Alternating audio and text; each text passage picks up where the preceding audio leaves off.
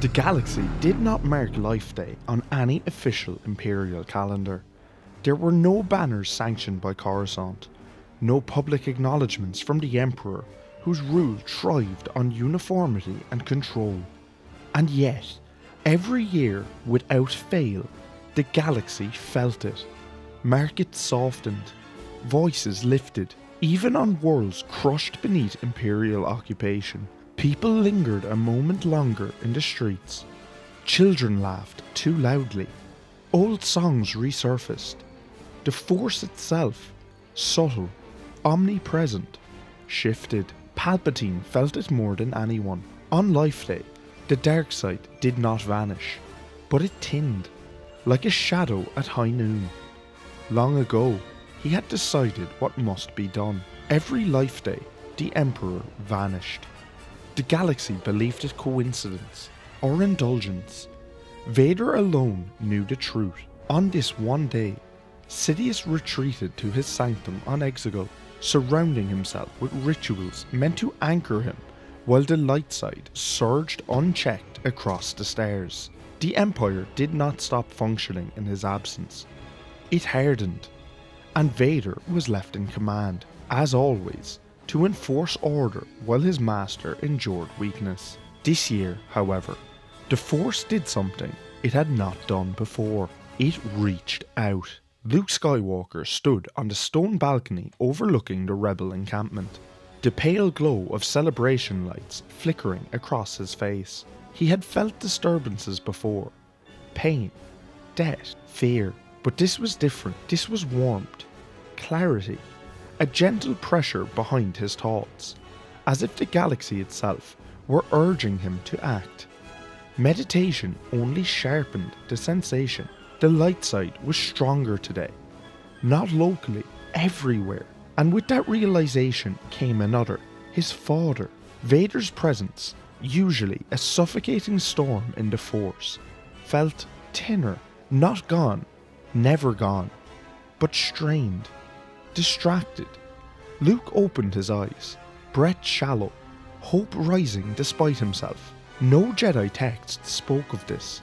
No master had taught it, but Luke trusted what he felt more than any archive. Life Day weakened the dark side, which meant, for the first time, Anakin Skywalker might be able to hear himself think. He told R2 and made his way to his X-Wing, mind racing with urgency and restraint. This was not a mission for the Alliance.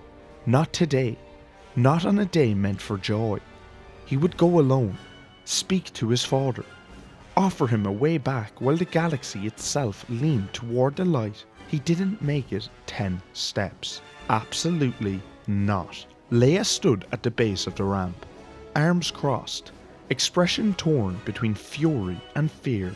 Han flanked her, jaw tight, while Chewbacca rumbled something low and disapproving. Luke froze, heart sinking as realization hit him all at once. R2. Luke turned slowly toward the astromech, who whistled innocently beside the ship. Somewhere behind him, 3PO was mid-apology, already over-explaining how one thing had led to another. Luke exhaled, rubbing his face, the weight of secrecy collapsing around him.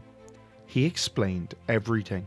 The Force, Life Day, Darth Vader's conflict, the chance, slim, dangerous, impossible, that this was the moment his father could be reached. Leia listened in rigid silence, knuckles white. When Luke finished, the air between them felt heavier than before. "I hate him," she said finally, voice steady but raw. "I hate what he's done, what he is. But if there's even a chance you're right, you get one attempt. One." Han sighed, already resigned, already involved. "Then we make sure he comes to you, kid." The rumour spread fast. A Life Day appearance on Naboo. Luke Skywalker, unprotected, reckless. It passed through smugglers, informants, bounty hunters. Exactly where Han made sure it would. And from there, inevitably, it reached Vader. He dismissed all other obligations without explanation. Vader's shuttle descended through Naboo's bright sky, sunlight glinting off polished stone, and festival banners fluttering in the wind. Boba Fett followed, silent and watchful, accompanied by a small detachment of stormtroopers in markings older than the Empire itself, the 501st. Vader would not risk more. Sidious was gone. This was already too much. The moment his boots touched the palace grounds, memory assaulted him. Another hangar, another descent, rage and terror colliding as a child raced toward a future he did not understand. He saw fire in the stars, heard screams over comms, felt the force surge through him as he destroyed a battleship and saved a world without knowing. He smelled Naboo's air, clean, floral, familiar. Padme. The sensation was unbearable. Her presence lingered like an echo, pressed into the stone itself. He felt watched, not judged, remembered, as if the planet had never forgotten him.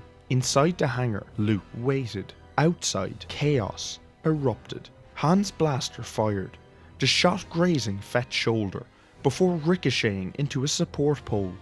The impact detonated against Fett's jetpack, sparks screaming as the system failed. Maybe there was something to this Life Day thing after all, Han thought. Fett cursed, rolling as Chewbacca charged. The Wookiee's roar drowned by blaster fire and panicked shouts. Within moments, Chewbacca had him pinned, crushing controls beneath massive hands until every weapon on the armour went dead. Nearby, the battle fractured into smaller, desperate pockets of violence. Blaster fire echoed off Naboo's polished stone, scattering civilians and celebration banners alike, until one of the stormtroopers was slammed hard against a fountain's edge. The impact drove the air from his lungs. He hit the ground awkwardly, pain blooming through his ribs, as his helmet skidded away across the plaza and came to rest near a fallen Life Day lantern, its soft glow flickering against white plastoid armour. The trooper rolled onto his back and dragged in a breath. The man standing over him did not raise his rifle. That alone was wrong. Through blurred vision, the trooper took in the stranger's silhouette. Older than most rebels, posture rigid but familiar, armour mismatched and worn down to bare metal in places. The rifle was lowered, not in mercy, but in hesitation. The trooper's training screamed at him to move, to kill or be killed, but something colder crept in beneath it. Recognition. Dogma? The man said quietly. The name struck like a concussion grenade. The trooper's heart slammed against his chestplate as the world seemed to tilt. No one had called him that in decades. Not since the war. Not since the Republic. His breath caught, and for a terrifying second, he was no longer on Naboo. No longer an Imperial soldier, but back on a rain-soaked landing platform, with gunships screaming overhead, and brothers shouting his name through smoke.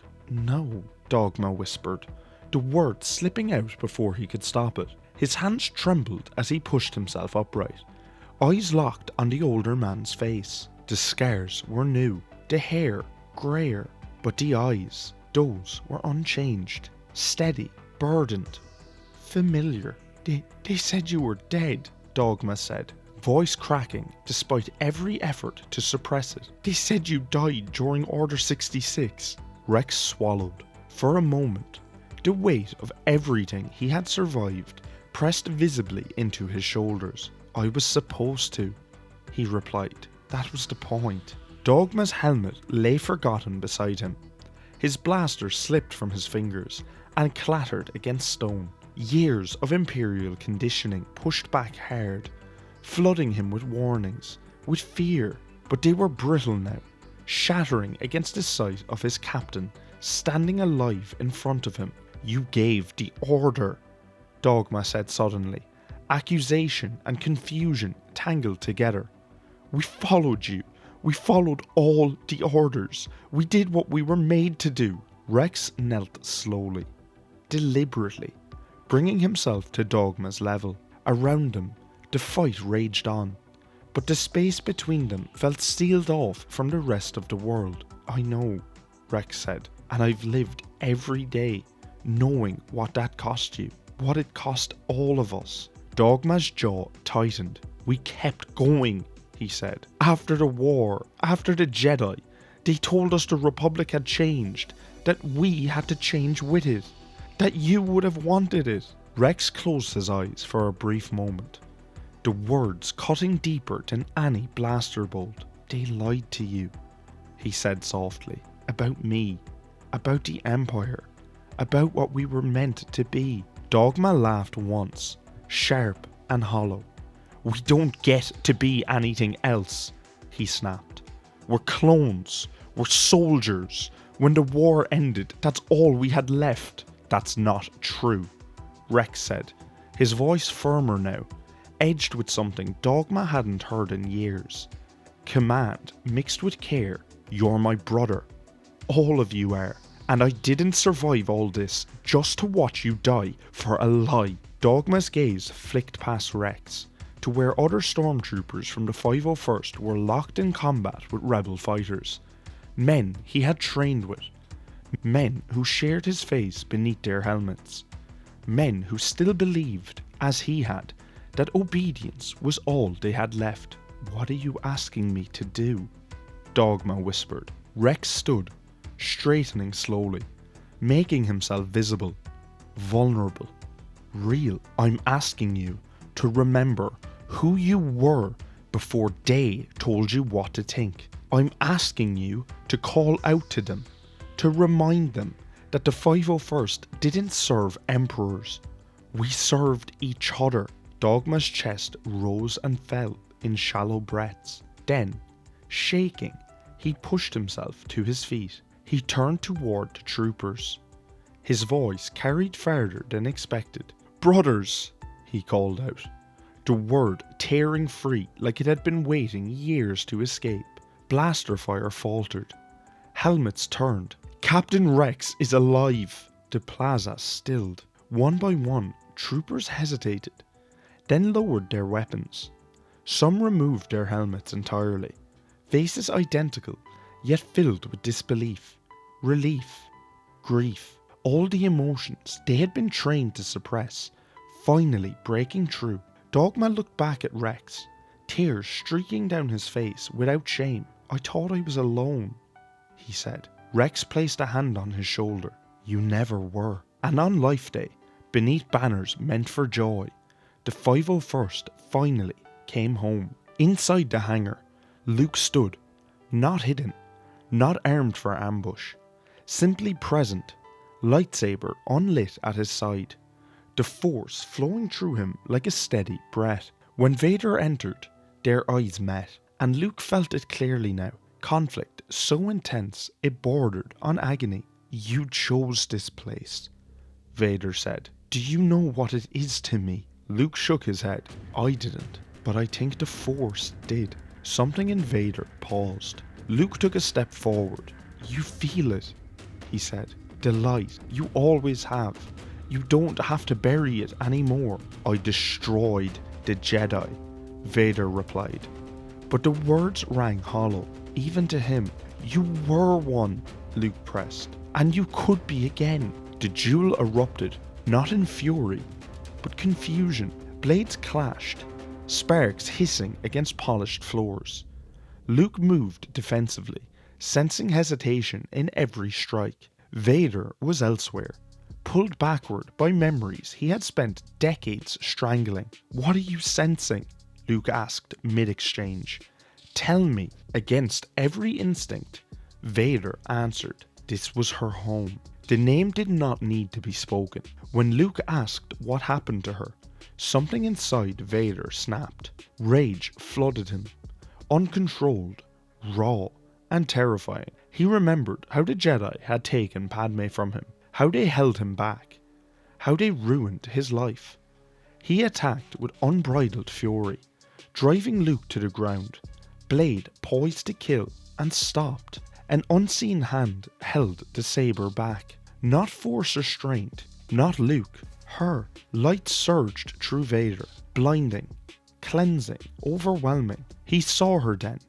Not fully, not corporeal, but real enough. She stepped forward, her presence filling every hollow space inside him. The pain receded, the hatred collapsed.